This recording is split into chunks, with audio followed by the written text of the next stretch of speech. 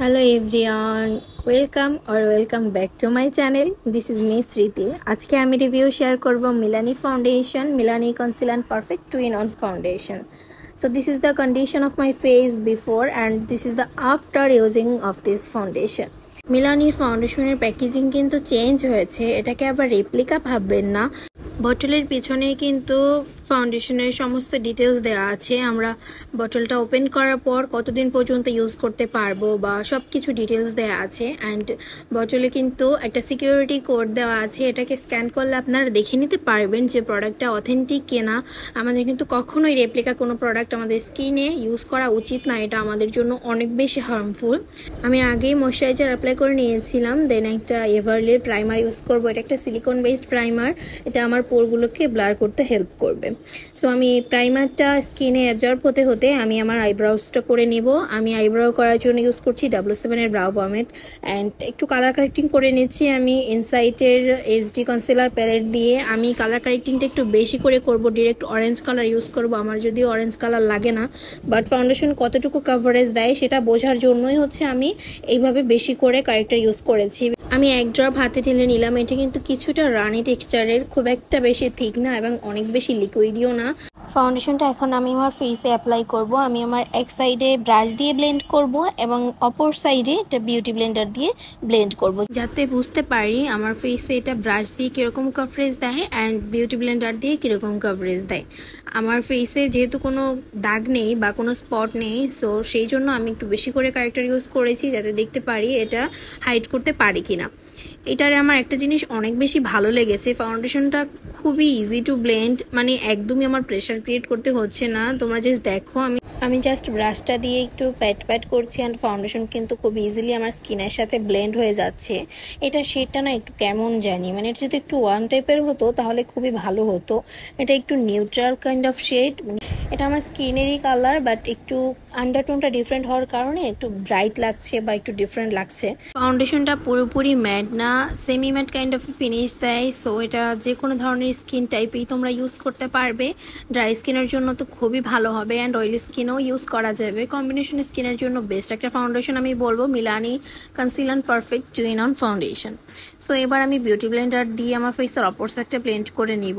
Beauty Blender দিয়ে আমার মনে হচ্ছে এটা আরও ইজিলি ব্লেন্ড করে ফেলা যায়। বিগিনারদের জন্য যদি কোনো ফাউন্ডেশন সাজেস্ট করতে বলো তাহলে আমি বলবো এটা একদম একটা মাস্ট হ্যাভ ফাউন্ডেশন, যেটা তোমরা স্কিন টাইপ না বুঝেও ইউজ করতে পারবে বা ব্লেন্ড করতে না জানলেও তোমরা ইউজ করতে পারবে, বিকজ এটা ইজি টু ব্লেন্ড অ্যান্ড সব টাইপের স্কিনের সাথে খুব ভালোভাবে স্যুট করবে।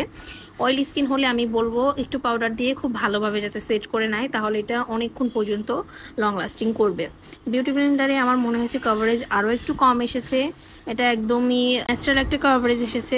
সো আমি আর একটু টাইনি ড্রপ নিয়ে এটাকে বিল্ড করার চেষ্টা করব। এটা খুব ভালোভাবে বিল্ড করা যায়, একদম প্যাচি হয়ে থাকে না। সো আমি বলবো এটা মিডিয়াম টু বিল্ডেবল কভারেজ। এখন আমি একটা কনসিলার ইউজ করব, দেখবো এটা কীরকমভাবে ব্লেন্ড হয়। ফাউন্ডেশনের বেস যদি ভালো হয় তাহলে আমার মনে হয় সব কিছুই খুব ভালোভাবে ব্লেন্ড করা যায়। সো আমি ইউজ করছি আইম্যাজিকের স্কাল্পটিং হাই কভারেজ কনসিলার। এখন আমি এটাকে ইউজ করে নিচ্ছি আমার ফেসের হাই পয়েন্টসগুলোতে বা যেখানে যেখানে আমি একটু হাইলাইট করতে চাই সেখানে সেখানে আমি অ্যাপ্লাই করে নিচ্ছি অ্যান্ড এটাকে ব্লেন্ড করে দিচ্ছি। খুব ইজিভাবে এটা ব্লেন্ড হয়ে গেছে। এটা একদমই ম্যাট একটা কনসিলার, খুব একটা সহজে ব্লেন্ড করা যায় না, বাট এই ফাউন্ডেশনের উপরে আমার মনে হচ্ছে একদমই ইজিলি ব্লেন্ড হয়ে যাচ্ছে। যখন তোমার বেস মেকআপটা ভালো হবে না তখন সব কিছু খুব ইজিলি ব্লেন্ড করা যাবে, একদম প্যাচি হয়ে থাকবে না বা ড্র্যাগ করে করে ব্লেন্ড করতে হবে না। আমি জাস্ট বিউটি ব্লেন্ডার দিয়ে ট্যাপ ট্যাপ করছি অ্যান্ড খুব ইজিলি কিন্তু এটা ব্লেন্ড হয়ে যাচ্ছে।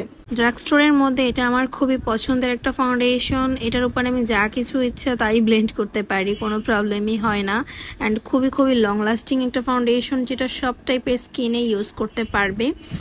সো আমি আমার কনসিলারটাকে খুব ভালোভাবে ব্লেন্ড করে নিয়েছি। এখন আমি এভারলির একটা ট্রান্সলুসেন্ট পাউডার দিয়ে আমার পুরো বেস মেকআপটাকে সেট করে নিব।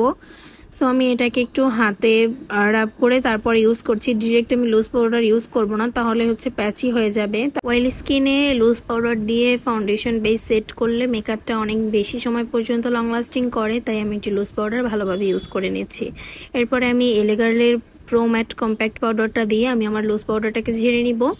লুজ পাউডার যদি আমি শুধুমাত্র ব্রাশ দিয়ে ঝাড়ি তাহলে অনেক সময় হয় কি আমাদের বেস মেকআপটা নিচে থেকে সরে যায় বা একটু প্যাচি প্যাচি হয়ে যায়।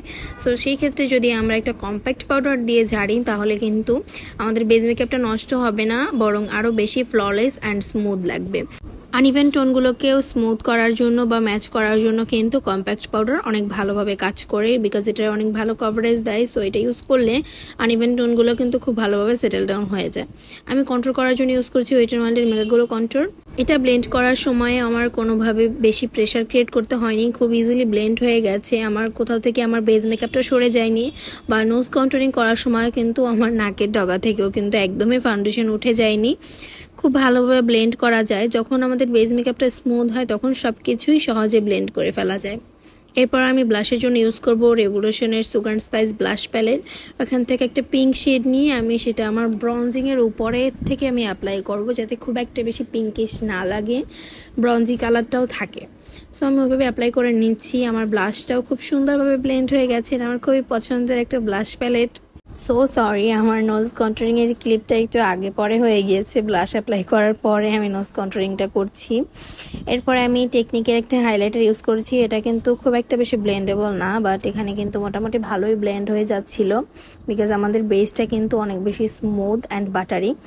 এরপর আমি বেস মেকআপটাকে সেট করার জন্য এভারলাইট সেটিং স্প্রে ইউজ করছি। আমার আই মেকআপটা কমপ্লিট করতে কিন্তু আধা ঘন্টার মতো সময় লেগেছে, অ্যান্ড এর মধ্যে আমার কিছু কাজ ছিল, আমি সেগুলো করেছি। সব মিলিয়ে আমার 1.5 ঘন্টার মতো সময় গিয়েছে। তারপরে আমি এই ফাইনাল লুকটা তোমাদের সাথে শেয়ার করছি। আই মেকআপের টিউটোরিয়ালটা আমি একটা আলাদা ভিডিওতে করেছি, সো সেটাও আপলোড হয়ে যাবে, তোমরা ওখানে দেখে নিতে পারো। অ্যান্ড এটা হচ্ছে আমার 1.5 ঘন্টা পরে রিভিউ। 1.5 ঘন্টাতে কিন্তু আমার বেস মেকআপ একদমই অ্যাজ ইট ইজ ছিল, কোথাও থেকে কোনোভাবে আমার মেকআপটা কিন্তু ক্র্যাক করেনি বা আন্ডার আই তো ক্রিজ করেনি। অয়েলি স্কিনে যদি 1.5 ঘন্টায় কিছুই না হয়, একদম প্রপার থাকে মেকআপ, তাহলে কম্বিনেশন বা ড্রাই স্কিনে কিন্তু এটা অনেকক্ষণ লং লাস্টিং করবে। আমি এটা অনায়াসে 5-6 ঘন্টা তো রাখতে পারবোই। অন্যান্য স্কিনে কিন্তু তোমরা আরও বেশিক্ষণ পর্যন্ত এটা ইউজ করে থাকতে পারবে। আমার অয়েলি স্কিনে আমি জাস্ট একটু পাউডার দিয়ে ভালোভাবে সেট করেছি, অ্যান্ড পোর ব্লারিং একটা প্রাইমার ইউজ করেছি, সেখানে কিন্তু খুবই ভালোভাবে লং লাস্টিং করছে আমার মেকআপটা। সো তোমরা যদি তোমাদের স্কিনের টাইপ অনুযায়ী তোমরা স্কিনটাকে প্রিপেয়ার করে নাও বা মেকআপটাকে সেই অনুযায়ী সেট করো, তাহলে কিন্তু ফাউন্ডেশনটা অনেক বেশি লং লাস্টিং হবে। আমার কাছে আজকের বেসটা খুবই ভালো লেগেছে। ড্রাগ স্টোরের মধ্যে এটা one of the best foundation আমি বলবো, যেটা সব টাইপের স্কিনে ইউজ করতে পারবে তোমরা। অ্যান্ড এটা কিন্তু কভারেজটা medium to build level coverage. তোমরা চাইলে তোমাদের ইচ্ছে মতো তোমাদের কভারেজটা তোমরা নিতে পারবে। একদম ন্যাচারাল ফিনিশ দেওয়ার জন্য আমি বলবো বিউটি ব্লেন্ডার ইউজ করতে, তাহলে ন্যাচারাল ডেইলি লুকিংয়ের জন্য তোমরা এটা ইউজ করতে পারবে। সো এই ছিল আমার আজকের Milani conceal and perfect two in one ফাউন্ডেশনের রিভিউ। তোমাদের কেমন লাগলো অবশ্যই আমাকে কমেন্টে জানাবে। দেখা হচ্ছে নেক্সট কোনো ভিডিওতে। Till then take care, tata.